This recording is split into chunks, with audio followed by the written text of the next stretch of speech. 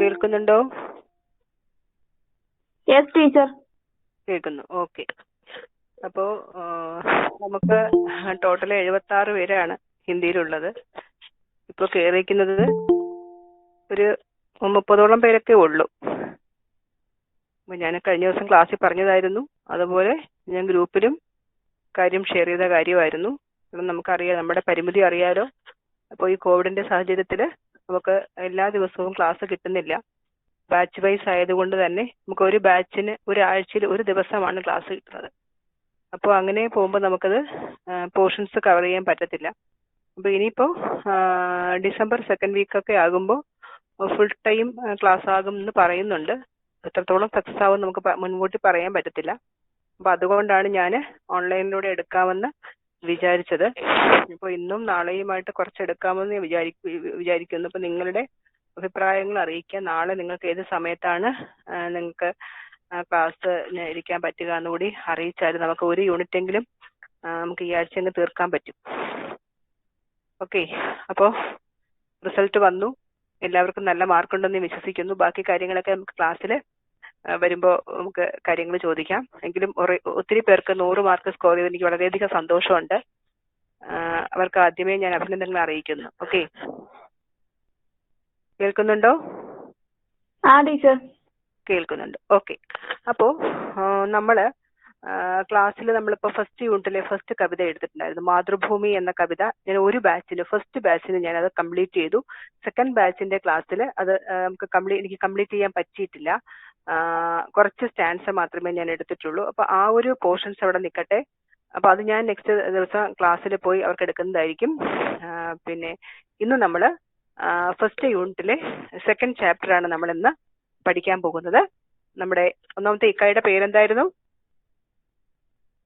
झंडा ऊंचा रहे हमारा.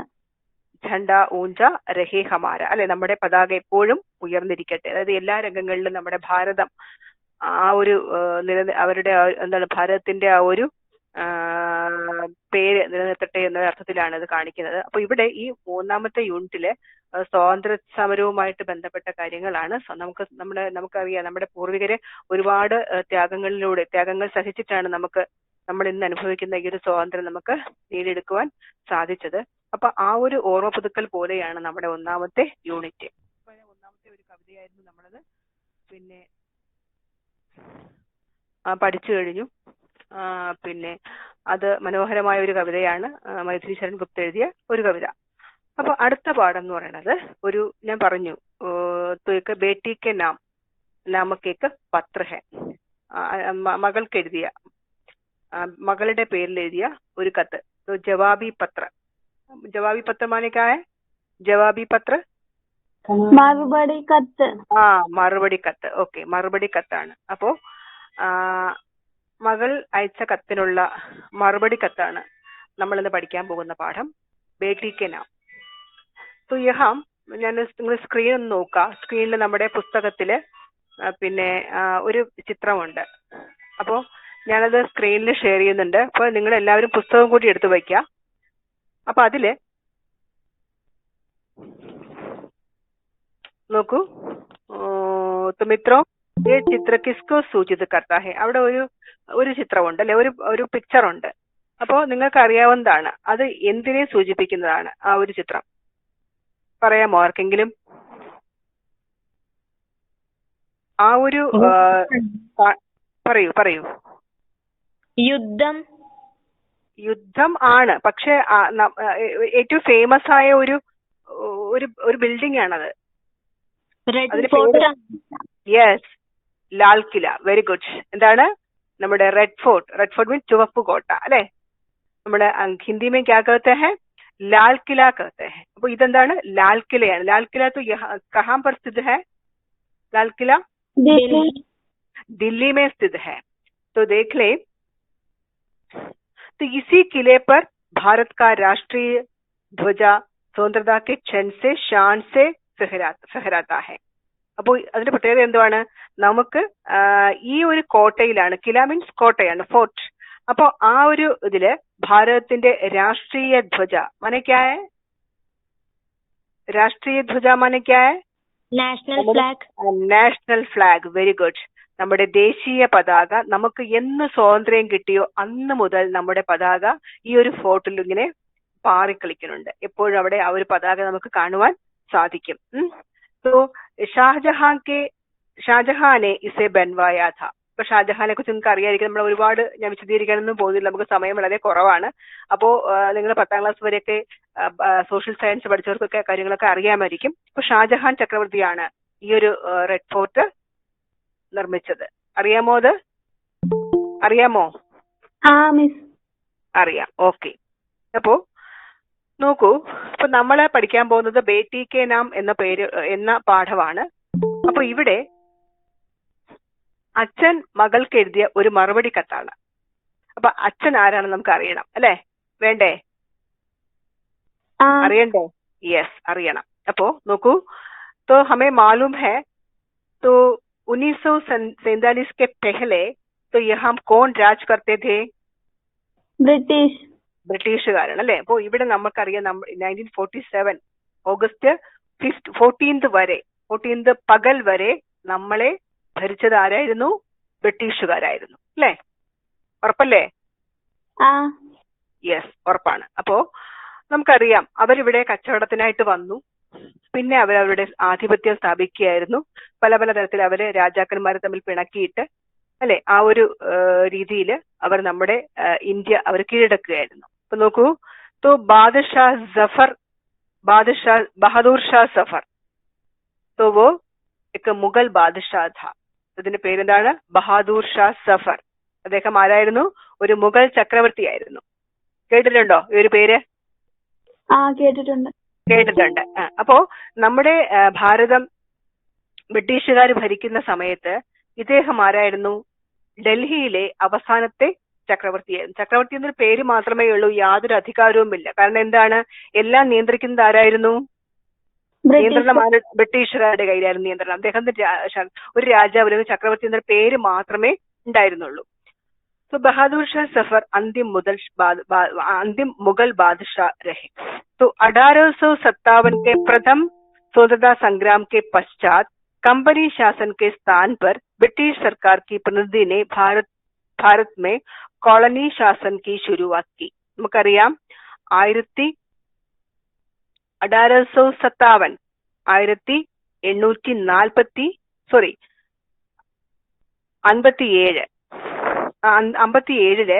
എന്തായിരുന്നു അതിന്റെ പ്രത്യേകത? എന്താണ് ആ ഒരു ഇയറിന്റെ പ്രത്യേകത? എന്തുവാണ്? 1857 എന്ന ആ ഒരു ഇയറിന്റെ പ്രത്യേകത എന്താണ്? ആർക്കെങ്കിലും പറയാവോ? എന്താണ്? ഒന്നാം സ്വാതന്ത്ര്യ സമരം അല്ലെ? ഒന്നാമത്തെ സ്വാതന്ത്ര്യ സമരമായിരുന്നു അന്ന് നടന്നത്. പക്ഷെ അത് പരാജയപ്പെട്ടു പോയി അല്ലെ? അത് വിജയിക്കാൻ നമുക്ക് സാധിച്ചില്ല. അപ്പൊ ആ ഒരു സംഗ്രാമിന് ശേഷം, ആ ഒരു സമരത്തിന് ശേഷം എന്താണ്? कंपनी शासन के स्थान पर ब्रिटिश सरकार की प्रतिनिधि ने भारत में कॉलोनी शासन का शुरुआत की. അപ്പൊ കമ്പനി ഭരണമായിരുന്നു. ആ ഒരു സ്ഥാനത്ത് ബ്രിട്ടീഷുകാർ എന്ത് ചെയ്തു? കോളനി വാഴ്ച, കോളനി ശാസനം, അത് നിങ്ങൾക്ക് സോഷ്യൽ സയൻസ് പഠിക്കുന്ന കാര്യങ്ങളാണ്.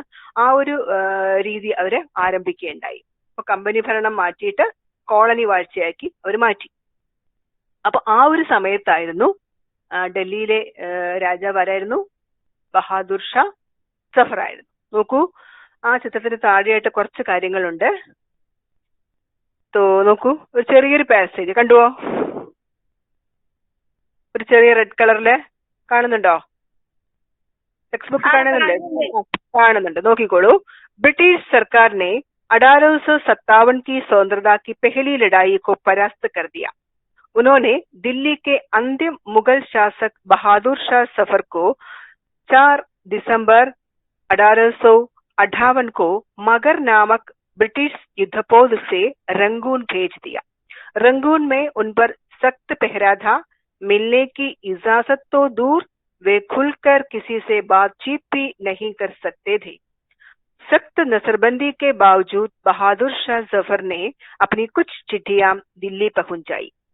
कुलसुम जमानी बेगम बहादुर शाह जफर की बड़ी बेटी थी. वे दिल्ली में अंग्रेजों की कैद में थी. उन्होंने किसी तरह से एक खत अपने कैदी बाप को रंगून भेजा था।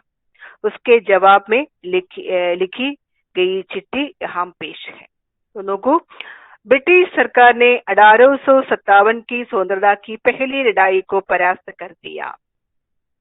ബ്രിട്ടീഷുകാര് എന്ത് ചെയ്തു?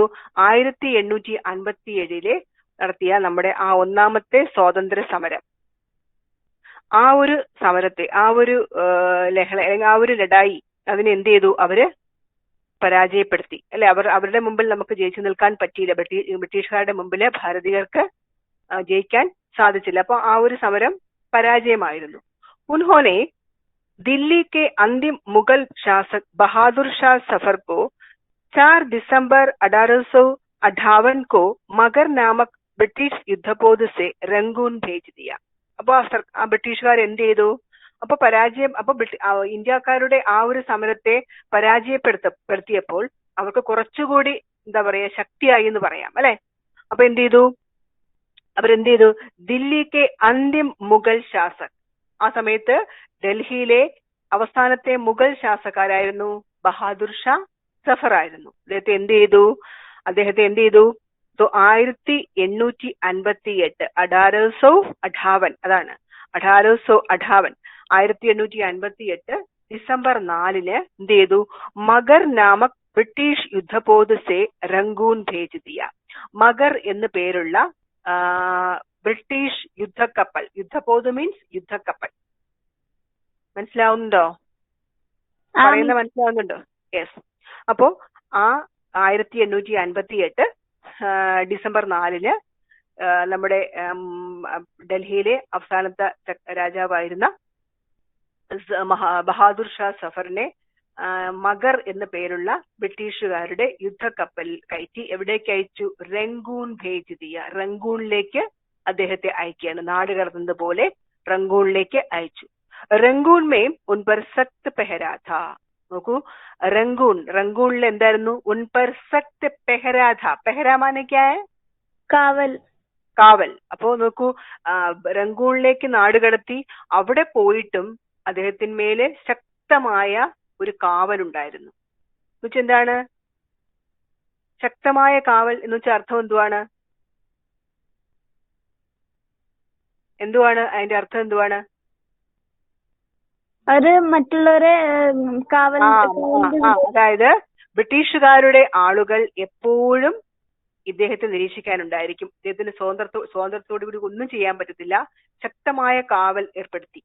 മനസ്സിലായല്ലോ? അദ്ദേഹത്തിന് ആരെങ്കിലുമായിട്ട് അദ്ദേഹം സംസാരിക്കുന്നുണ്ടോ, അല്ലെങ്കിൽ പിന്നെ വേറെ എന്തെങ്കിലും കാര്യങ്ങൾ ചെയ്യുന്നുണ്ടോ,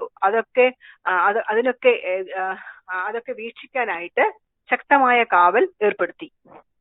മിൽനെ इजाजत तो नहीं दूर वे खुलकर किसी से बातचीत भी नहीं कर सकते थे. നോക്കൂ, അപ്പോ ഇദ്ദേഹത്തെയും, ഇവിടെ ഇപ്പൊ അദ്ദേഹത്തെ പറ്റി മാത്രമേ പറയുന്നുള്ളൂ, ഇദ്ദേഹത്തെ മാത്രമല്ല, ഇദ്ദേഹത്തിന്റെ 2 ആൺമക്കളെയും കൂടിയാണ് ആ റംഗൂണിലേക്ക് നാട് കടത്തിയത്. ഇപ്പോ ഡൽഹിയില് ഇദ്ദേഹത്തിന്റെ ഭാര്യയും പെൺമക്കളും മാത്രം, ആ സ്ത്രീകളെയൊക്കെ ഡൽഹിയിലും ആണുങ്ങളെയൊക്കെ എന്ത് ചെയ്തു? അവിടെ നിന്ന് നാട് കടത്തി റംഗൂണിലേക്കും എത്തിച്ചു.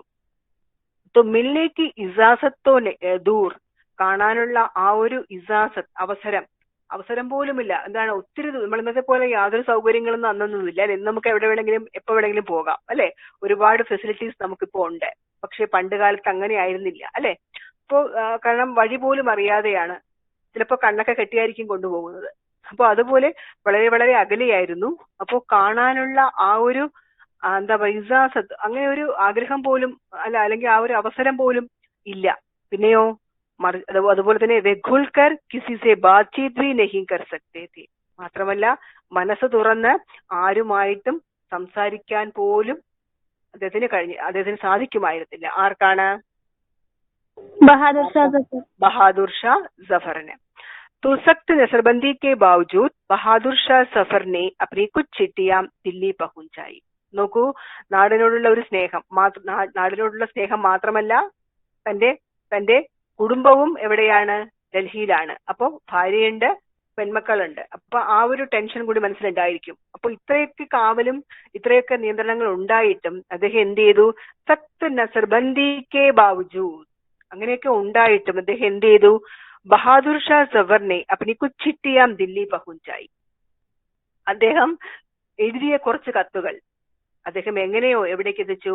ഡൽഹിയിലേക്ക് എത്തിച്ചു. നമുക്കറിയാം പണ്ടുകാലത്തെ ഒരു ചാരപ്രവൃത്തി എല്ലായിടത്തും ഉണ്ടാകും അല്ലെ, ആരെങ്കിലും ഒക്കെ കാണും. പക്ഷെ നമുക്ക് പറയാൻ പറ്റത്തില്ല, ചിലപ്പോ ബ്രിട്ടീഷുകാർ തന്നെ അയക്കുന്ന ആൾക്കാരായിരിക്കും ഇവരെ പരീക്ഷിക്കാനായിട്ട് അയക്കുന്നതായിരിക്കും. അപ്പൊ ഈ രാജാവിന് മുമ്പിൽ അദ്ദേഹം വിചാരിക്കും, ഓ ഇവർക്ക് എന്നോട് സ്നേഹമാണ്, ഞാൻ പറയുന്ന കാര്യങ്ങൾ എന്നോട് സഹാനുഭൂതിയാണ്, അതുകൊണ്ട് അവർ എന്നെ സഹായിക്കുന്നതാണെന്ന് വിചാരിക്കാം. പക്ഷെ അല്ലാത്തവരും ഉണ്ടായിരിക്കും അല്ലെ, കാര്യങ്ങൾ അഭിനയിക്കുന്നവരെ. കാരണം ബ്രിട്ടീഷുകാരുടെ ആജ്ഞ അനുസരിച്ച് പ്രവർത്തിക്കുന്ന ആൾക്കാരും അതിലുണ്ടായിരിക്കാം. എന്തായാലും അദ്ദേഹം എന്ത് ചെയ്തു? ഇത്രയും നിയന്ത്രണങ്ങളൊക്കെ ഉണ്ടായിട്ടും അദ്ദേഹം എന്ത് ചെയ്തു? കുറച്ച് കത്തുകൾ എങ്ങനെയോ എവിടേക്ക് എത്തിച്ചു? ഡൽഹിയിലേക്ക് എത്തിച്ചു. മനസ്സിലായോ?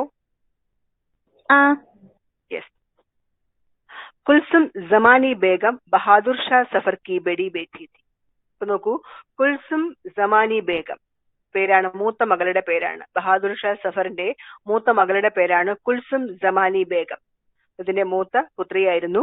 വേ ദില്ലി മേ അംഗ്രേസോം കി കൈദ് മേ ഥി. അപ്പൊ അവരെവിടെ നിന്നിട്ട് പറഞ്ഞു, ഭാര്യയും അതുപോലെ പെൺമക്കളും ഒക്കെ ഡൽഹിയിലെ ബ്രിട്ടീഷുകാരുടെ തടവിലായിരുന്നു. ഇപ്പോ രാജാവ് ഈ ബഹാദുർ ഷാ സഫറിനെയും അതുപോലെ രണ്ട് ആൺമക്കളെയും റംഗൂണിലേക്ക് നാടുകടത്തി. അതുപോലെ തന്നെ ഇവരെ ഭാര്യയെയും പെൺമക്കളെയും ഇവരെ ഡൽഹിയിൽ തന്നെ ബ്രിട്ടീഷുകാരുടെ തടവിലായിരുന്നു സ്ത്രീകള്. ഉൻഹോനെ കിസി തരഹ് സെ എക് ഖത്ത് അപ്നെ കൈദി ബാപ് കോ റംഗൂൺ ഭേജാ ഥാ. അപ്പൊ മകൾ എന്ത് ചെയ്തു? മകളും എങ്ങനെയോ ഏതൊക്കെ രീതിയില് ഒരു കത്ത് തന്റെ ബാപ്പയ്ക്ക്, തന്റെ പിതാവിന് അദ്ദേഹം മകൾ എഴുതി എവിടേക്ക് എങ്ങനെയോ റംഗൂണിലേക്ക് എത്തിച്ചു. ഉസ്കെ ജവാബ് മേ ലിഖി ഗയി ചിട്ടി യഹാം പേശ് കെ. അപ്പൊ ആ കിട്ടിയ മകൾ കൊടുത്തുവിട്ട ആ കത്തിന്റെ മറുപടി കത്താണ് നമ്മൾ പഠിക്കാൻ പോകുന്ന ഈ ഒരു പാഠം. അത്രയും മനസ്സിലായല്ലോ? മനസ്സിലായി ടീച്ചർ. മനസ്സിലായി. അപ്പൊ നമുക്ക് ജസ്റ്റ് ഒന്ന് ഓർക്കാം. നമ്മളിപ്പോ എല്ലാവരും ഒരു സിനിമ കണ്ടിട്ടായിരിക്കും. നമ്മള് കാലാപാനി എന്നുള്ള മലയാളം ഫിലിം കണ്ടിട്ടുണ്ടോ എല്ലാവരും? കാലാപാനി എന്നൊരു സിനിമ കേട്ടിട്ടുണ്ടോ? കണ്ടിട്ടുണ്ടോ? കണ്ടിട്ടുണ്ട്. നല്ല ഒരുപാട് പാട്ടുകളും അതുപോലെ മോഹൻലാല്, പ്രഭു ഇവരൊക്കെ അഭിനയിച്ച ഒരു നല്ലൊരു സിനിമയാണ്. അതിൽ നമുക്ക് കാണുമ്പോൾ അറിയാം ബ്രിട്ടീഷുകാരുടെ ആ ക്രൂരമായ അവരുടെ ഓരോ പ്രവൃത്തികളെ നമുക്ക് കാണുവാൻ സാധിക്കും. അത്രയ്ക്ക് മനോഹരമായിട്ടാണ് ആ ഒരു ചിത്രം ചിത്രീകരിച്ചിട്ടുള്ളത്. അപ്പൊ നമുക്ക് സങ്കല്പിച്ച് നോക്കൂ, ആ ഒരു രീതിയായിരുന്നു പണ്ട് കാലത്ത് നമ്മുടെ പൂർവികരൊക്കെ അത്തരം കഷ്ടതകളൊക്കെ ഒരുപാട് സഹിച്ചിട്ടുണ്ട്. അപ്പൊ നോക്കൂ, ബേട്ടി കെ നാം. അപ്പൊ നമ്മൾ പാഠം തുടങ്ങുകയാണ്. നിങ്ങൾ നോക്കാം, ബേട്ടി കെ നാം. ഞാൻ ജസ്റ്റ് ഒന്ന് ആദ്യം വായിക്കാം, ശ്രദ്ധിക്കാം. प्यारी बिटिया, तुमने अपने कैदी बाप को खत भेजा. खत क्या भेजा मेरी जान? आंसू नामा था. बेटे ने पढ़कर सुनाया. एक दफा सुना, जी न भरा. फिर कहा, बेटा फिर सुनाया. फिर सुनाना, फिर सुना, वो भी रोया. मेरी आंखें भी आंसुओं से भीगी. कहा, बाबा एक दफा फिर पढ़ो. क्या लिखवाऊं? बेटी की मुझ पर तुम्हारे खत का क्या असर हुआ? 3 दफा सुनने के बाद भी दिल को करार नहीं आया. सच कहती हो, दिल्ली वाले मुझको रोते होंगे. वे क्या ये नहीं जानते कि मैं भी उनको रोता हूँ? मैं तो जिंदा बैठा हूँ, वे तो बिना आई मौत मर गए. कितनों के बाप, कितनों के बेटे, कितनों के भाई फांसियों पर चढ़ गई. कितने बच्चे यतीम हो गए, कितनी औरतें बेवा हो गई. घर लूट गए नहीं बल्कि खोद डाले गए और उन पर हल चलवा दिए गए. दिल्ली में जब मेरा मुकदमा चल रहा था, उसी जमाने में तबाही और बर्बादी के किस्से सुने थे. मेरे यहाँ आ जाने के बाद पता नहीं और क्या क्या परेशानियां शहर वालों पर पड़ी होंगी. अब हंसे या रोए कोई फायदा नहीं. हम सब काले पानी में हैं। अपने वतन दिल्ली से सैकड़ों कोस दूर, घर से जुदा और ऐसे जुदा कि अब जीते जी किसी से मिलने की आस नहीं है। मुझे याद आया जब तुम्हारी शादी हुई थी और गालिब और जौक ने तुम्हारी बारात की अगवानी के सहरे लिखे थे।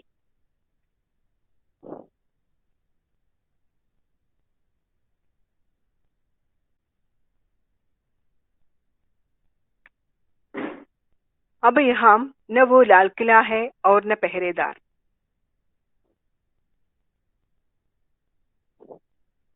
बस लकड़ी का एक पुराना सा मकान है जो बरसात में टपकता है और जिसमें दो चार कमरों के सिवाय कोई ज्यादा गुंजाइश नहीं है। एक दफा की बात है, ईद थी। उस मौके पर चंद मुसलमान मेरे लिए कुछ तोहफे लेकर आए। मैंने उनसे कहा, भाई ये तोहफे मैं नहीं ले सकता। उन्होंने जब बहुत कहा तो कुछ तोहफे ले लिए। उसके जेवस में मैंने मालिका का एक हार उनको दे दिया। दूसरे दिन हुक्म आया कि इन मुगलों के पास जवाहरात बहुत ज्यादा है, इन कैदियों को दिया जाने वाला खर्चा उसकी जरूरत से ज्यादा है। फिर वही हुआ जिसका डर था, हमारा खर्चा आधा कर दिया गया। क्या खबर कि ये खत तुमको मिलेगा भी या नहीं। सुनता हूँ वे आदमी भरोसे के काबिल है जिनके हाथ ये खत भेजा जाएगा, लेकिन कितने ही शख्स मैंने ऐसे देखे हैं जो आखिर में दगाबाज और दूसरों के भेजे जासूस साबित हुए। लेकिन इस खत में मैंने ऐसा लिखा ही क्या है जिसकी मुझे फिक्र हो। एक बाप ने एक बेटी को खत लिखवाया है, न इसमें अपने मुल्क की कोई बात है और न गौर मुल्क की। हमारी कब्र परदेश में बनेगी तय है, लेकिन अभी तो हम लकड़ी की भीगी हुई कब्र में जिंदा ही दफन है। जब मर जाएंगे तब भी कब्र में ही होंगे। बस बेटी, खुदा हाफिज। तुम्हारे कैदी बाप ने लिखवाया। तो देख ले, നിങ്ങൾക്ക് എന്തെങ്കിലും മനസ്സിലായോ? ഇത് ഞാൻ വായിച്ചിട്ട് എന്തെങ്കിലും മനസ്സിലായായിരുന്നോ? ഹലോ, കേൾക്കുന്നില്ലേ? ആരും ഇല്ലേ ഇവിടെ? ഹലോ ഹലോ, ഉണ്ട് ടീച്ചർ. കേൾക്കുന്നുണ്ടോ? കേൾക്കുന്നുണ്ട്. ഇതെന്താ മിണ്ടാത്തെ? എന്തേലും മനസ്സിലായോ? യശ്വന്തൊക്കെ ഇപ്പോഴല്ല വരുന്നേ. എന്തേലും മനസ്സിലായോ ഞാൻ വായിച്ചിട്ട്? ഈ ഒരു പാഠഭാഗം വായിച്ചിട്ട് ഏതെങ്കിലും ഭാഗം മനസ്സിലാക്കാൻ പറ്റിയോ? മനസ്സിലായി. तो ഒന്നുകൂടെ നോക്കൂ. प्यारी बिटिया, तुमने अपने कैदी बाप को खत भेजा। खत क्या भेजा? मेरी जान, आंसू-नामा था. നോക്കൂ, प्यारी बिटिया माने क्या है? प्रियപ്പെട്ട മകളെ, ले तुमने अपने कैदी बाप को खत भेजा. നീ कैदी बाप माने क्या है? इसका अर्थ क्या है? कैदी बाप തടവിൽ കിടക്കുന്ന, അല്ലെ, തടങ്കലിൽ കിടക്കുന്ന അച്ഛന് നീ കത്തയച്ചു. ഖത്ത് ക്യാ ഭേജ, എന്തിനയച്ചു, അല്ലെ? മെരി ജാൻ. മെരി ജാൻ മാനെ ക്യാ ഹൈ? ജീവൻ. എന്റെ ജീവൻ, അല്ലെ? ശരിക്കും മക്കളൊക്കെ അങ്ങനെയാണ്, അല്ലെ? മക്കളൊക്കെ ഭയങ്കര ജീവനായിരിക്കും അച്ഛനും അമ്മയ്ക്കും ഒക്കെ, അല്ലെ? അപ്പൊ പറയണ എന്റെ ജീവനെ എന്ന് പറയാൻ. ആസൂനാമാഥ. ശരിക്കും ആ കത്ത് എന്താണ്? ശരിക്കും ആസൂനാമ. ആസൂനാമ മാനെ ക്യാ ഹൈ? ദർദ് ഭരി വാണി. വേദന, അല്ലെ? വിലാപ കാവ്യം വേണമെങ്കിൽ പറയാം. നമുക്ക് വായിക്കുമ്പോ സങ്കടം മാത്രമേ ഉള്ളൂ, സന്തോഷിക്കാനുള്ള ഒന്നുമേ ഇല്ല. ആസൂനാമ. ദുഃഖ് ഭരി, ദർദ് ഭരി വാണി, ऐसा कहते हैं. ബേട്ടേനെ പഠ്കർ സുനായ. ഞാൻ നേരത്തെ പറഞ്ഞു, അദ്ദേഹത്തെ മാത്രമല്ല രണ്ട് ആൺമക്കളെ ഒരുമിച്ചാണ് റങ്കൂണിലേക്ക് നാട് കടത്തിയത്. അപ്പൊ അതിൽ ആരും കൂടിയുണ്ട്? ആൺകുട്ടികൾ, മകനും കൂടിയുണ്ട്. അപ്പൊ മകനാണ് ഈ കത്ത് വായിച്ചു കേൾപ്പിച്ചത്. ബേട്ടനെ പഠ്കർ സുനായ. പഠ്കർ സുനാന മാനെ ക്യാ ഹൈ? വായിച്ച് കേൾപ്പിക്കുക, അല്ലെ? വായിച്ച് കേൾപ്പിച്ചു. तो एक दफा सुना, एक बार सुना. दफा मीन्स ബാർ ഒരു തവണ, ഒരു വട്ടം കേട്ടു. ജീനഭര മനസ്സ് നിറഞ്ഞില്ല. കാരണം വീണ്ടും വീണ്ടും അത് അറിയണം, കാരണം വീണ്ടും വീണ്ടും വായിച്ച് കേൾക്കണം എന്ന് തോന്നി. സങ്കടകരമായ കാര്യങ്ങളാണെങ്കിൽ പോലും ഒരു എന്താ പറയാ, ഒരു നിധി പോലെയാണ് ആ ഒരു കത്ത്. കാരണം മകൾ അയച്ച കത്താണ് അല്ലെ. അപ്പൊ ആ ഒരു കത്തിന് ശരിക്കും ഒരു എന്താ പറയാ, ഒരു ഭയങ്കര വിലയാണ് അല്ലെ. അപ്പോ ജീനഭര ശരിക്കും മതിയായില്ല. അതാണ് ജീനഭര മീൻസ് മതിയായില്ല, കേട്ടിട്ട് മതിയായില്ല. तो फिर कहा വീണ്ടും പറഞ്ഞു, ബേട്ടാ ഫിർ സുനാന, ആ മോനെ ഒരിക്കൽ കൂടി വായിക്കൂ എന്ന് പറഞ്ഞു. മകൻ അതിന് ചെയ്തു. तो वो भी रोया, फिर सुना വീണ്ടും കേട്ടു. वह भी रोया. वह माने यहाँ कौन है? भाई. ആ ഭായ് മീൻസ് കുൽസും പിന്നെ എന്താണ് ജമാനി ബേഗം കി ഭായ്, അതായത് ബാദഷായുടെ പുത്രൻ. അപ്പോ അച്ഛൻ മാത്രമല്ല മകനും കരഞ്ഞു. കത്ത് വായിച്ച് കേട്ട അച്ഛനും കരയുകയാണ്, വായിച്ച ആളായ മകനും കരയുകയാണ്. മേരി ആംഖേം ഭി ആസുവും സെ ഭീഗ് ഗയി, എന്റെ കണ്ണുകളും കണ്ണുനീര് കൊണ്ട് നിറഞ്ഞു. എന്റെ കണ്ണുകളുടെ ആരാണ്? ബാദഷായുടെ അല്ലെ. ആ വായിച്ച് കേട്ടിട്ട് എനിക്ക് സങ്കടം വന്നു, കണ്ണുകളൊക്കെ നിറഞ്ഞു. കഹ പറഞ്ഞു, ബാബ ഏക് ദഫ ഫിർ പഠു, ആ മോനെ ഒരു വട്ടം കൂടി വായിക്കൂ എന്ന് പറഞ്ഞു. എന്ത് വായിക്കാൻ പറഞ്ഞു? മകൾ അയച്ച കത്ത്. ഓ ആ ക്യാ ലിഖ്വാവും ബേട്ടിക്ക് മുझ पर तुम्हारे खत का क्या असर हुआ, ഞാനിപ്പോ എന്തെഴുതും? മകൾ അയച്ച ആ ഒരു കത്ത് എന്നെ എത്രമാത്രം സ്വാധീനിച്ചു, അതിനുള്ള മറുപടി ഞാൻ എന്താണ് എഴുതേണ്ടത്? 3 ദഫാ സുന്നേ കെ ബാദ് ഭി ദിൽ കോ കരാർ നഹീ ആയ, 3 തവണ വായിച്ച് കേട്ടിട്ട് പോലും എനിക്ക് മനസ്സിന് ആശ്വാസം കിട്ടിയില്ല. ദിൽ മീൻസ് ഹൃദയം അല്ലെങ്കിൽ മനസ്സെന്ന് പറയാം. കരാർ രാഹത്ത് ആശ്വാസം. അപ്പോ കത്ത് 3 തവണ വായിച്ച് കേട്ടിട്ടും ആർക്ക് മതിയായില്ല, ആശ്വാസം കിട്ടിയില്ലെന്ന് പറയാണ്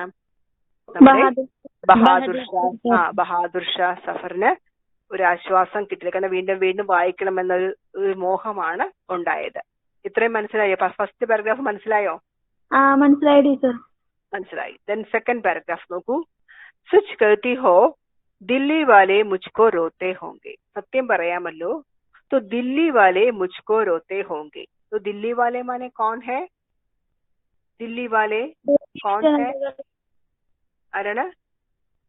ഇവൻ ബാക്കി ഫാമിലി. ഫാമിലി മാത്രമല്ല മോളെ. അപ്പോ അദ്ദേഹം രാജാവ് കൂടിയാണ്. പ്രജകളും ഉണ്ട് അല്ലെ. അപ്പൊ ഫാമിലിയായ ഭാര്യയും പെൺമക്കളും ഉണ്ട്. കൂടാതെ തന്നെ എന്താണ് പ്രജകള് അല്ലെ, അവിടുത്തെ ദേശവാസികൾ അല്ലെ, അവരുടെയൊക്കെ രാജാവായിരുന്നു ഇദ്ദേഹം. അപ്പൊ ദില്ലി വാലെ മുझको रोते होंगे, तो इसका अर्थ क्या है? दिल्ली वाले मुझको रोते होंगे, इसका मतलब क्या है? ഡൽഹിയിലുള്ളവർ എനിക്ക് വേണ്ടി കരയുന്നുണ്ടാകും. അതെ, ദില്ലി വാസികളും എന്നെ ഓർത്ത് കരയുകയായിരിക്കും. കാരണം അവർക്കൊന്നും ചെയ്യാൻ പറ്റുന്നില്ല. കാരണം എല്ലാവരുടെ നിയന്ത്രണം ആരുടെ കയ്യിലാണ്? ബ്രിട്ടീഷുകാരുടെ കയ്യിലാണ്. അപ്പൊ അവർക്കൊന്നുമേ ചെയ്യാൻ പറ്റില്ല. വേ ക്യാ യേ നഹീ ജാൻതേ കി मैं भी उनको रोता, പക്ഷെ അവരറിയുന്നുണ്ടോ ഞാനിപ്പോ റംഗൂണിലാണ്, എന്റെയും സ്ഥിതി വ്യത്യസ്തമല്ല, ഞാനും അവരെ ഓർത്ത് കരയുകയാണ്. ആരെ ഓർത്ത്? ദില്ലി വാസികളെ ഓർത്ത്. പ്രജകളെയും അതുപോലെ പരിവാരങ്ങളെയും കുടുംബക്കാരെയും ഓർത്ത് ഞാനും ഇവിടെ എന്ത് ചെയ്യുകയാണ്? കരഞ്ഞുകൊണ്ടാണ് ജീവിതം അല്ലെ ഓരോ ദിവസവും കഴിച്ചു കൂട്ടുന്നത്. മേ തോ ജിന്ദാ ബൈഠാ ഹൂം. അപ്പൊ ഇത് അദ്ദേഹം എന്ത് ചെയ്യാണ്? മകൾക്ക് കത്തെഴുതുകയാണ്. ബഹാദുർ ഷാ സഫർ മകൾ അയച്ച കത്തിനുള്ള മറുപടി എഴുതിയ കത്താണിത്. तो मैं तो जिंदा बैठा, तो जिंदा माने क्या है? मैं तो जिंदा बैठा हूँ, ഞാൻ ജീവനോടെ ഇരിക്കുന്നുണ്ട്, എന്റെ ജീവന് യാതൊരു കുഴപ്പമില്ല. വേ तो बिना आई मौत मर गई, പക്ഷേ വേ മാനെ കോൺ ഹോഗാ? ദില്ലിയിലെ ജനതകൾ. ദില്ലിയിലെ ജനതകൾ. വേ तो बिना आई मौत मर गई, അവരെന്താണ്? എന്റെ അഭാവത്തിൽ. ബിന ആയി മൗത്ത് മീൻസ് എന്റെ അഭാവത്തിൽ അവർക്ക് എന്താണ്? അവർക്ക് മരണം സംഭവിക്കുന്നുണ്ട്. മൗത്ത് മർ ഗയേ കിത്നോം കെ ബാപ് കിത്നോം കെ ബേട്ടെ കിത്നോം കെ ഭായി ഫാസിയോം പർ ചढ़ ഗയി. എത്ര പേരുടെ മക്കളാണ്, എത്ര പേരുടെ സഹോദരങ്ങളാണ്, എത്ര പേരുടെ എന്താ പറയാ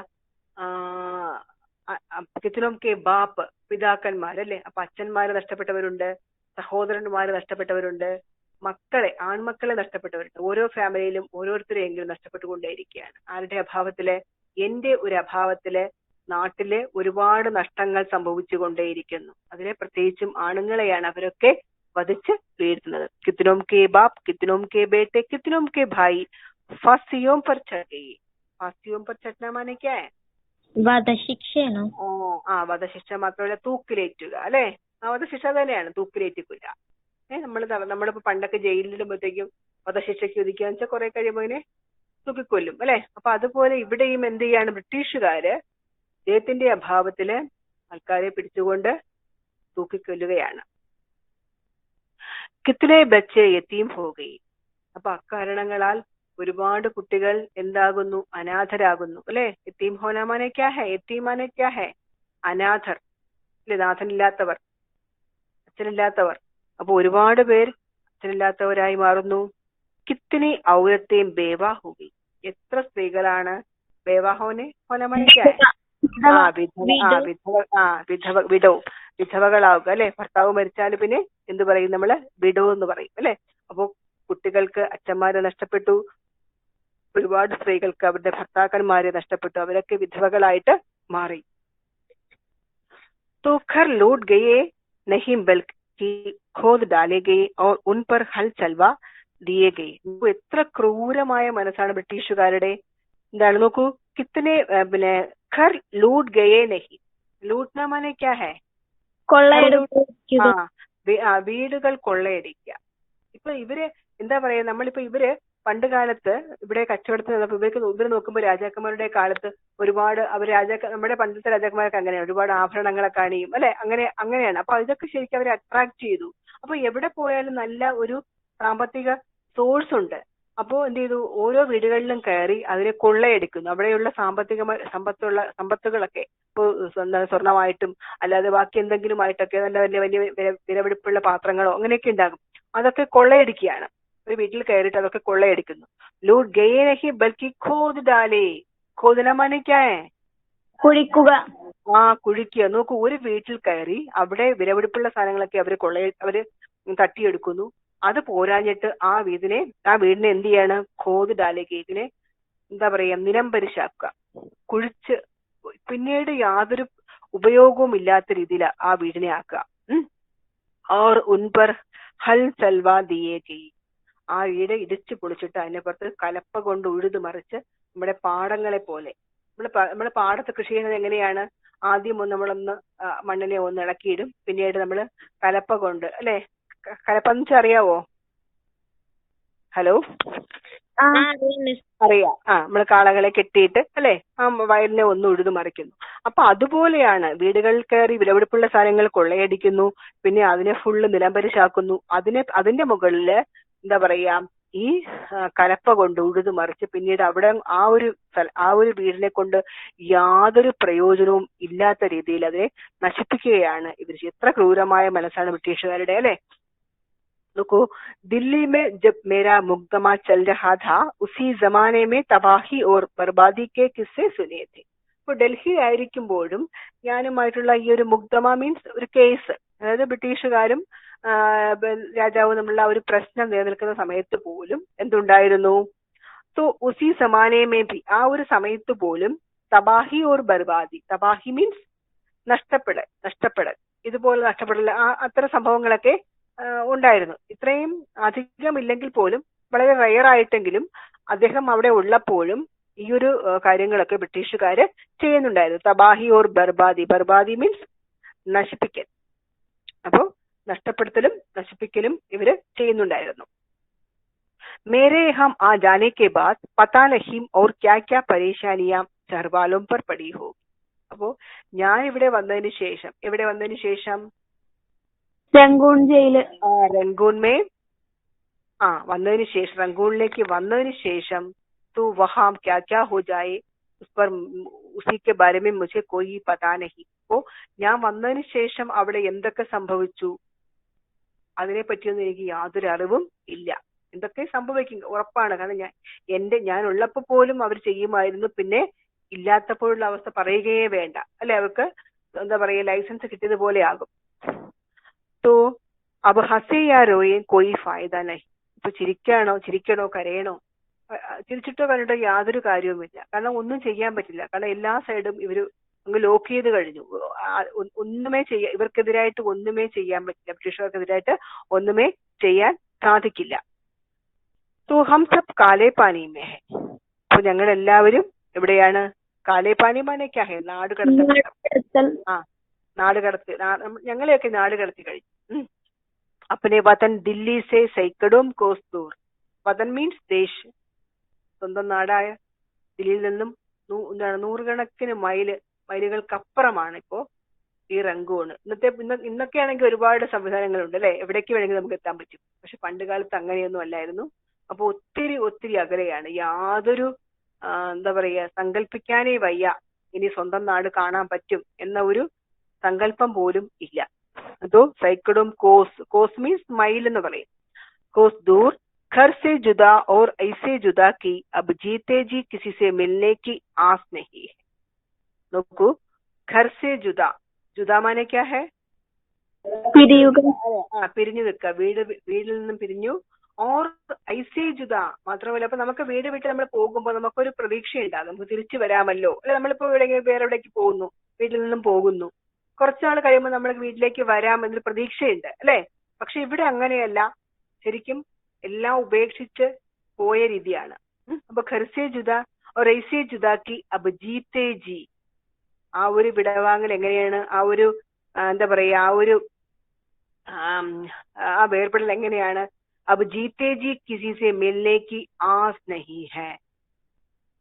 ജീവനോടെ ഇരിക്കുമ്പോ മരിക്കുന്നത് വരെയും ആരെയും കാണാനുള്ള ഒരു എന്താ പറയാ ഒരു പ്രതീക്ഷ പോലുമില്ല.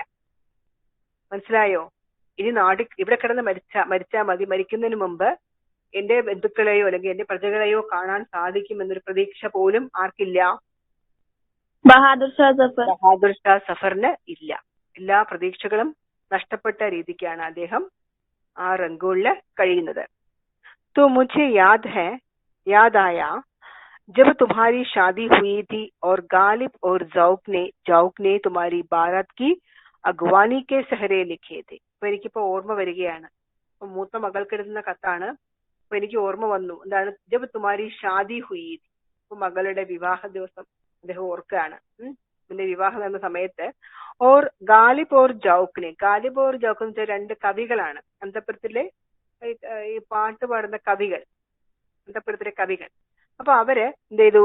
തുമാരി ബാരാത് കി അഗ്വാനി കെ സെഹരെ ലിഖിയത്. ബാരാത് കി അഗ്വാനി മീൻസ് സ്വാഗതഗാനം, വിവാഹത്തിനുള്ള സ്വാഗതഗാനം, മംഗളഗാനം എന്നൊക്കെ പറയാം. അപ്പൊ അവരെഴുതിയ ആ പാട്ടൊക്കെ എഴുതിയിരുന്നു. അതൊക്കെ എനിക്കിപ്പോ ഓർമ്മ വരികയാണെന്ന് രാജാവ് ഓർക്കുകയാണ്. तो अगला पेज में നോക്കൂ. ഇത്രയും മനസ്സിലായോ? മനസ്സിലായി ടീച്ചർ. മനസ്സിലായി, ഡൗട്ട് ഒന്നും ഇല്ലല്ലോ? ഇല്ല ടീച്ചർ. ഇല്ല, ഓക്കെ. അപ്പോ നോക്കൂ, അബ് യഹാം ന വഹ് ലാൽ കില ഹെ ഔർ ന പെഹരേദാർ. അപ്പൊ ഇപ്പോ അവിടെ ഒരു അബ് യഹാം ന വഹ് ലാൽ കില ഹെ. അപ്പൊ നോക്കൂ, ആ ഒരു ലാൽക്കിലയാണ് അദ്ദേഹത്തിന് ഓർമ്മ വന്നത്. ആ ലാൽക്കിലയിലായിരുന്നു മകളുടെ വിവാഹമൊക്കെ നടന്നത്. ഇപ്പൊ ഇവിടെ ആ ഒരു ചെങ്കോട്ടയില്ല. ഓർന പെഹരേദാർ, ഒരുപാട് കാവൽക്കാർ, രാജാവിന്റെ ആജ്ഞ അനുസരിക്കാൻ വേണ്ടി നിൽക്കുന്ന ഒരുപാട് കാവൽക്കാരുണ്ടായിരുന്നു അന്ന് അല്ലെ. അപ്പൊ ഇന്ന് ആ ലാൽക്കിലയോ അല്ലെങ്കിൽ എന്താ പറയാ സംരക്ഷകരായിട്ടുള്ള അല്ലെങ്കിൽ എന്താ പറയാ അംഗരക്ഷകരോ ഒന്നും തന്നെ ഇപ്പോ ഇല്ല. പകരം എന്താണ്? ബ്രിട്ടീഷുകാരെ തടവിലാണ് ഞാനിപ്പോ കിടക്കുന്നത്. ബസ് ലക്കടി കാ എക് പുരാന സാ മക്കാൻ ഹെ. എന്താണ് ബസ്? എന്താ ഉള്ളത്? ലക്കടി കാ എക് പുരാന സാ മക്കാൻ ഹെ. തടി കൊണ്ടുണ്ടാക്കിയ ഒരു വളരെ പഴക്കം ചെന്ന ഒരു മക്കാൻ. മക്കാൻ മാനേക്കാ വീടാണോ? വീട് അല്ലെങ്കിൽ ബിൽഡിംഗ് എന്ന് പറയാം. ചെറിയൊരു ഇടിഞ്ഞു പൊടിഞ്ഞു വീഴാറായ മരം കൊണ്ടുള്ള ഒരു ചെറിയൊരു ബിൽഡിംഗ്, जो बरसात में टपकता है और जिसमें 2-4 कमरों के सिवाय ज्यादा गुंजाइश नहीं. ശക്തമായ മഴ പെയ്യുകയാണെങ്കിൽ അത് തകർന്നു വീഴും. അവിടെയാണെങ്കിലോ ജിസ്മേ 2-4 कमरों के सिवाय ज्यादा गुंजाइश नहीं है. तो उस कमरे में दो चार कमरों ഉസ് മക്കാൻ മേ ആ ഒരു ബിൽഡിങ്ങില് രണ്ട് നാല് റൂമുകളൊക്കെ ഉണ്ട്. കമറോം കെ സിവായ് അതല്ലാതെ യാതൊരുവിധ പോസിബിലിറ്റീസും അവിടെ യാതൊരുവിധ സൗകര്യങ്ങളും അതിനകത്ത് ഉണ്ടായിരുന്നില്ല. വെറുതെ റൂമുകൾ മാത്രമുണ്ട്, അല്ലാതെ അതിനകത്ത് യാതൊരുവിധ വേറെ സൗകര്യങ്ങളൊന്നും തന്നെ അവിടെ ഉണ്ടായിരുന്നില്ല. ഗുഞ്ചായിഷ് മീൻസ് പോസിബിലിറ്റിയാണ്, സാധ്യത, അല്ലെങ്കിൽ മറ്റുള്ള എന്താ പറയാ മറ്റ് ആവശ്യങ്ങൾക്കുള്ള എന്തെങ്കിലും സാഹചര്യങ്ങളോ അങ്ങനെ ഒന്നും തന്നെ ആ റൂമില് ഉണ്ടായിരുന്നില്ല. ഏക് ദഫാ കി ബാത് ഹൈ ഈദ് ദി ഷാനിബയൊക്കെ ഇപ്പോഴാണ് കയറുന്നത്. 5 മണി കഴിഞ്ഞ് 5:45 ക്ലാസ് കയറുന്നത്. നോക്കൂ, ഏക് ദഫാ കി ബാത് ഹൈ ഒരിക്കലുണ്ടായ ഒരു സംഭവമാണ്. ദഫ മീൻസ് एक बार की बात ऐसा है. तो उस मौके पर ईद थी. उस मौके पर चंद मुसलमान मेरे लिए कुछ तोहफे लेकर आए. അപ്പൊ ഈദായിരുന്നു. ഈദ് അറിയാലോ, മുസ്ലിങ്ങളെ ആകർഷിക്കുന്ന ഒരു ഉത്സവമാണ്. ആ ഒരു സമയത്തായിരുന്നു. तो उस समय उस मौके पर ആ ഒരു അവസരത്തില് ചന്ദ് മുസൽമാൻ मेरे लिए कुछ तोहफे लेकर आए. ചന്ദ് മീൻസ് കുറച്ച് എന്നർത്ഥം. 1-2 മുസ്ലിങ്ങളെ എന്റെ അടുക്കലേക്ക് വന്നിട്ട് എന്ത് ചെയ്തു, കുച്ച് തോഫെ ലേക്കറായി, കുറച്ച് സമ്മാനങ്ങളുമായിട്ട്. അപ്പം ഈദൊക്കെ ആകുമ്പോൾ എന്തെങ്കിലുമൊക്കെ എന്താണ് കൈമാറ്റം ചെയ്യണം, അങ്ങനെ ഒരു രീതി ഉണ്ടായിരിക്കാം. അപ്പൊ അങ്ങനെ 1-2 മുസ്ലിങ്ങൾ എന്റെ അടുക്കലേക്ക് വന്ന് എനിക്ക് കുറച്ച് തോഫ മീൻസ് ഉപഹാരം, എനിക്ക് സമ്മാനം എന്ന് പറയാം, തോഫ ലേക്കറായി.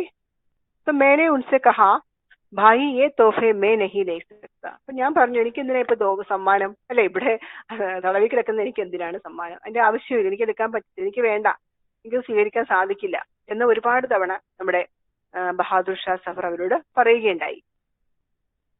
ഉനോനെ ജബ് ബഹുത് കഹാ തോ കുച്ച് തോഫെ ലേ ലി. അപ്പൊ നമുക്കറിയാം, നമ്മളോട് ഒരാള് ഒരുപാട് തവണ റിക്വസ്റ്റ് ചെയ്യുമ്പോൾ നമുക്ക് വേണ്ടെങ്കിൽ പോലും നമ്മൾ എന്ത് ചെയ്യും, അത് അത്രയും ഇല്ലെങ്കിൽ പോലും ഒന്നെങ്കിലും സ്വീകരിക്കും, അല്ലെ. അപ്പൊ അതുപോലെ അദ്ദേഹം എന്ത് ചെയ്തു, ഈ തോഫയുമായിട്ട് വന്നവരോട് ഒരുപാട് പറഞ്ഞു നോക്കി, പക്ഷെ അവര് കൂട്ടാക്കിയില്ല. അപ്പൊ അദ്ദേഹം എന്ത് ചെയ്തു, ശരി, അവരെ നിർബന്ധിച്ചപ്പോഴത്തേക്കും കുറച്ച് സമ്മാനങ്ങൾ അദ്ദേഹം സ്വീകരിക്കേണ്ടായി. तो उसके एवज में मैंने मालिका का एक हार उनको दे दिया. അദ്ദേഹം എന്ത് ചെയ്തു, അദ്ദേഹം ഒരു രാജാവായിരുന്നുവല്ലോ, അപ്പൊ അദ്ദേഹം ഇങ്ങോട്ട് വാങ്ങിയാൽ മാത്രം പോരാ, തിരിച്ചു എന്തെങ്കിലും കൊടുക്കണമല്ലോ. സമ്മാനം ഇങ്ങോട്ട് വാങ്ങിച്ചാൽ പോരാ, തിരിച്ച് എന്തെങ്കിലും അങ്ങോട്ട് കൊടുക്കാം. അപ്പൊ അദ്ദേഹം എന്ത് ചെയ്തു, ഒരു മാല, വിലപിടിപ്പുള്ള ഒരു മാല അദ്ദേഹം അവർക്ക് തിരികെ സമ്മാനമായിട്ട് കൊടുത്തു. तो दूसरे दिन हुक्म आया कि इन मुगलों के पास जवाहरात बहुत ज्यादा है. നോക്കൂ, അപ്പൊ ഇത് നമുക്ക് എന്ത് ഊഹിക്കാൻ പറ്റും, ഈ വന്നവരൊക്കെ ആരുടെ ചാരന്മാരായിരുന്നിരിക്കാം, ഈ സമ്മാനപ്പൊതിയുമായിട്ട് വന്നവരൊക്കെ ആരുടെ ചാരന്മാരായിരുന്നിരിക്കാം, ബ്രിട്ടീഷുകാരുടെ, അല്ലെ, രാജാവിനെ പരീക്ഷിക്കാനായിട്ട് വന്നവരായിരിക്കാം.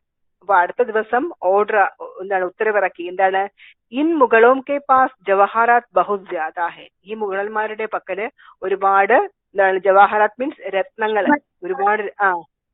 ഒരുപാട് ആഭരണങ്ങൾ അല്ലെങ്കിൽ രത്നങ്ങള് ഉണ്ട്.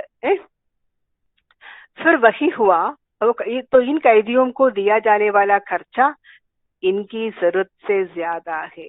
അപ്പോ ഈ തടവുകാർക്ക് നൽകപ്പെടുന്ന ആ ഒരു ചിലവ് അവരുടെ ആവശ്യത്തിനേക്കാൾ അധികമാണ്. അപ്പൊ അതിന്റെ ഒന്നും ആവശ്യം അവർക്കില്ല. നോക്കുക, അവരുടെ പക്കൽ സ്വർണ്ണമുണ്ടായിട്ട് അവർക്കൊന്നുമേ ചെയ്യാൻ പറ്റില്ല, പുറത്തിറങ്ങാനോ അങ്ങനെ അതിനെ വിൽക്കാനോ അല്ലെങ്കിൽ അത് കൊടുത്തിട്ട് അവർക്ക് ആവശ്യമായ കാര്യങ്ങൾ വാങ്ങാനോ ഒന്നിനും സാധിക്കത്തില്ല. ഇവരുടെ ഉദ്ദേശം എന്താണ്, ഇവരുടെ പക്കൽ ഒത്തിരി ആഭരണങ്ങൾ ഉള്ളത് കൊണ്ട് ഇവർക്കിപ്പോ നമ്മൾ നൽകുന്ന ഈ ഒരു ചെലവൊക്കെ വളരെ കൂടുതലാണ്, അപ്പൊ അത്രയും ചെയ്യേണ്ട കാര്യമില്ല എന്നൊരു ഓർഡറാണ് അവർ ഇറക്കിയത്. ഒരു വഹി ഹുവാ ജിസ്കാ ഡർ ഥാ. പിന്നെ അത് തന്നെ സംഭവിച്ചു, എന്തായിരുന്നോ ഭയന്നത് അത് തന്നെ സംഭവിച്ചു. എന്ത് ചെയ്തു, तो हमारा खर्चा आधा कर दिया गया.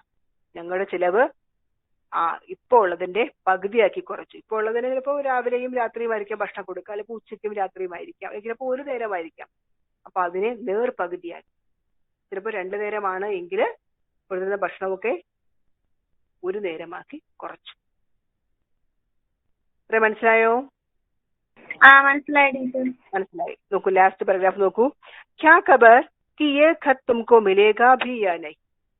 ആർക്കറിയാം, ഞാനിപ്പോ ഈ എഴുതുന്ന കത്ത് നിനക്ക് കിട്ടുമോ ഇല്ലയോ, എനിക്ക് ഉറപ്പൊന്നുമില്ല. ഞാൻ കത്ത് എഴുതുന്നു, നിനക്ക് വേണ്ടി എഴുതുന്നു, എങ്ങനെയെങ്കിലും എത്തിക്കാം എന്ന പ്രതീക്ഷയാണ്. പക്ഷെ ഈ എഴുതുന്ന കത്ത് നിന്റെ കൈകളിലേക്ക് എത്തുമോ എന്നൊന്നും എനിക്ക് ഉറപ്പില്ല. സുൻതാ ഹൂം വേ ആദ്മി ഭരോസെ കെ കാബിൽ ഹെ. അപ്പൊ ഞാൻ ആരുടെ പക്കലാണോ ഈ കത്ത് കൊടുത്തയക്കാൻ ഉദ്ദേശിക്കുന്നത്, കേട്ടിരിക്കുന്നു, എന്താണ്, വോ ആദ്മി ഭരോസെ കെ കാബിൽ ഹെ. ഭരോസെ കെ കാബിൽ മാനെ ക്യാ ഹെ? വിശ്വസിക്കാൻ കൊള്ളുന്ന, അല്ലെ വിശ്വസിക്കാൻ ആകുന്ന. അപ്പൊ തനിക്ക് നമുക്ക് വിശ്വസിക്കാം, അയാൾ ചതിക്കില്ല എന്ന ഒരു അങ്ങനെയുള്ള ഒരാളാണ് എന്ന് ഞാൻ കേട്ടിരിക്കുന്നു. ജിൻകെ ഹാത്ത് ഏക് ഖത്ത് ഭേജാ ജായേഗ. അപ്പൊ അയാളുടെ കയ്യിലാണ് ഞാൻ ഈ കത്ത് കൊടുക്കുന്നത്. तो लेकिन कितने ही शख्स मैंने ऐसे देखे हैं जो आखिर में दगाबाज और दूसरों के भेजे जासूस साबित हुए. നോക്കൂ, ആദ്യമൊക്കെ അങ്ങനെ തോന്നും നമുക്ക്, പക്ഷെ പിന്നീട് ഇതുപോലെ വിശ്വസിച്ചിട്ട് പിന്നീട് മനസ്സിലായിട്ടുണ്ട്. ലേക്കിൻ കിത്തനെ ഹി ഷഖ്സ്, പക്ഷെ എത്രയോ ഷഖ്സ് മീൻസ് വ്യക്തികൾ അല്ലെങ്കിൽ ആത്മീ എന്ന് പറയാം. അപ്പൊ ഒത്തിരി ആൾക്കാര്, കുറെ ആൾക്കാര് അങ്ങനെയാണ്, അത്ര ആൾക്കാരെ കണ്ടിട്ടുണ്ട്. ജോ ആഖിർ മേ, അവസാനം എന്താണ്, ദഗാബാസ് ഓർ ദൂസരോं के भेजे जासूस साबित हुए. तो दगाबाज माने क्या है? ചതിക്കുന്ന, ധോക്ക ദേനേവാല, അല്ലെ ചതിക്കുന്നയാള്, ചതിക്കുന്നവരും അതുപോലെ തന്നെ ദൂസരോं के भेजे जासूस साबित हुए, മറ്റുള്ളവർ അയക്കുന്ന ചാരന്മാരുമായിരുന്നു എന്നുള്ളത് പിന്നീടാണ്. അത് നമ്മൾ വിശ്വസിക്കും, ഇയാൾ നമ്മളെ സഹായിക്കുന്ന വ്യക്തിയാണെന്ന് ആദ്യമൊക്കെ തോന്നും. പക്ഷെ അവസാനം മനസ്സിലാവും അങ്ങനെയല്ല, ഇയാൾ നമ്മളെ ചതിക്കുകയാണ്, വേറെ ആരോ അയച്ച ചാരന്മാരാണ് ഇവരെന്ന് പിന്നീടാണ് മനസ്സിലാകുന്നത്. तो साबित हुई, അങ്ങനെ തെളിയിച്ചിട്ടുണ്ട്. लेकिन इस खत में मैंने ऐसा लिखा ही क्या है? പക്ഷെ ഞാൻ ഈ ഒരു കത്തില് അങ്ങനെ എന്തെങ്കിലും എഴുതിയിട്ടുണ്ടോ? ഇല്ല. ഇപ്പൊ ഇവിടുത്തെ ബ്രിട്ടീഷുകാരെ കുറിച്ചോ അല്ലെങ്കിൽ എന്റെ നാടിനെ രക്ഷിക്കാനുള്ള എന്തെങ്കിലും തന്ത്രങ്ങളെ കുറിച്ചോ ഒന്നുമേ ഞാൻ എഴുതിയിട്ടില്ല. പഴയ കാലത്തുള്ള കാര്യങ്ങളും അങ്ങനെയുള്ള കാര്യങ്ങൾ മാത്രമേ എഴുതിയിട്ടുള്ളൂ. അപ്പൊ വേറെ ഒന്നും തന്നെ ഞാൻ ഈ കത്തില് എഴുതിയിട്ടില്ല. मैंने ऐसा लिखा ही क्या है जिसकी मुझे फिक्र हो. അപ്പോ പിന്നെ एक बाप ने एक बेटी को खत लिखवाया है. ഒരച്ഛൻ മകൾക്ക് എഴുതിയ കത്താണ്. അതിനകത്ത് വേറെ ബ്രിട്ടീഷുകാരെ കുറിച്ചോ അല്ലെങ്കിൽ സ്വന്തം നാടിനെ എങ്ങനെ രക്ഷിക്കാം, ബ്രിട്ടീഷുകാരെ എങ്ങനെ ചതിക്കാം, അങ്ങനെയുള്ള യാതൊരു കാര്യങ്ങളും ഈ കത്തില് എഴുതിയിട്ടില്ല. ന ഇസ്മേ അപ്നെ മുൽക്ക് കി കോയി ബാത് ഹെ ന ഗൗർ മുൽക്ക്. ഈ ഒരു കത്തില് സ്വന്തം നാടിനെ കുറിച്ചോ അല്ലെങ്കിൽ അന്യനാടിനെ കുറിച്ചോ ഒന്നും തന്നെ ഞാൻ ഒന്നും എഴുതിയിട്ടില്ല. മുൽക്ക് മീൻസ് സ്വദേശം, ഗൗർ മുൽക്ക് അന്യദേശം. तो हमारी कब्र परदेश में बनेगी. അപ്പൊ എന്താണ് എന്റെ ഖബർ മീൻസ് ഖബർ, ശവകുടീരം. എന്റെ ഖബർ എവിടെ തന്നെ ആയിരിക്കും? പരദേശത്ത് തന്നെ ആയിരിക്കും, സ്വന്തം നാട്ടിലല്ല, അന്യദേശത്തായിരിക്കും. അത് ഉറപ്പാണ്, തൈ ഹെ, തീരുമാനിച്ചതാണ്. ലേക്കിൻ അഭി തോ ഹം ലക്കടി കി ഭീഗി ഹുയി ഖബർ മേ ജിന്ദാ ഹി ദഫൻ. ഇപ്പോഴും എന്ത് തന്നെയാണ്? ലേക്കിൻ അഭി ഭി, ഇപ്പോഴും ഹം ലക്കടി കി ഭീഗി ഹുയി ഖബർ മേ, ആ തടി കൊണ്ടുള്ള നനഞ്ഞു കുതിർത്ത ആ ഒരു മുറിക്കകത്ത്, ശരിക്കും ഒരു ശവകുടീരം പോലെ തന്നെയാണത്. കാരണം ഒരു സ്വാതന്ത്ര്യവുമില്ല, അടച്ചിട്ടേക്കുവാണ്. അപ്പൊ അവിടെ ജീവനോടെ ഇപ്പൊ കുഴിച്ചിട്ടതുപോലെയാണ്. ശരിക്കും ശവകുടീരം എന്നുള്ള എന്തുവാണ്? മരിച്ചു കഴിഞ്ഞാൽ ഡെഡ് ബോഡി അടക്കം ചെയ്യുന്ന സ്ഥലമാണ് ഖബർ, അല്ലെ? പക്ഷെ ഇവിടെ എന്താണ്? ജീവൻ മാത്രമേ ഉള്ളൂ. ശരിക്കും മരിച്ചതിന് തുല്യമാണ് ഇപ്പൊ ആരുടെ അവസ്ഥ?